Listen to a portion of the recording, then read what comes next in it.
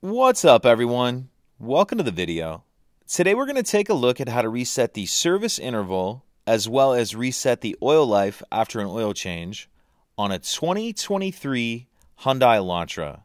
The Elantra in this video has the full digital dash. Depending on your Elantra's options, if you have the analog dash, this will be a little bit different. But again, we're looking at the vehicles with the full digital dash. So you'll need the vehicle either on or running. Then I'm going to come over here and I'm going to hit this button on the right-hand side of the steering wheel, the Pages button. I'm going to press that button and keep hitting that button until we get this screen up on the dash where it says Hold OK for settings.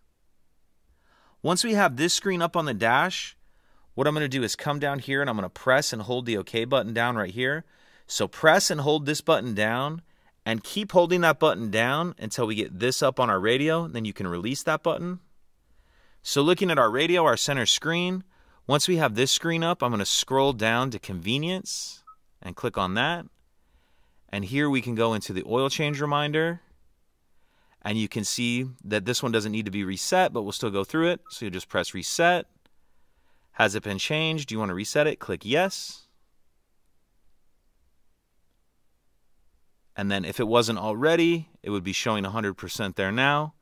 Now if we go back to the service interval, we can also reset this. Similar, click Yes, Yes.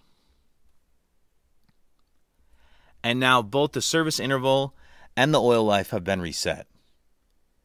If you could take a second to like and subscribe, it helps us out, and I'd appreciate it. Thank you.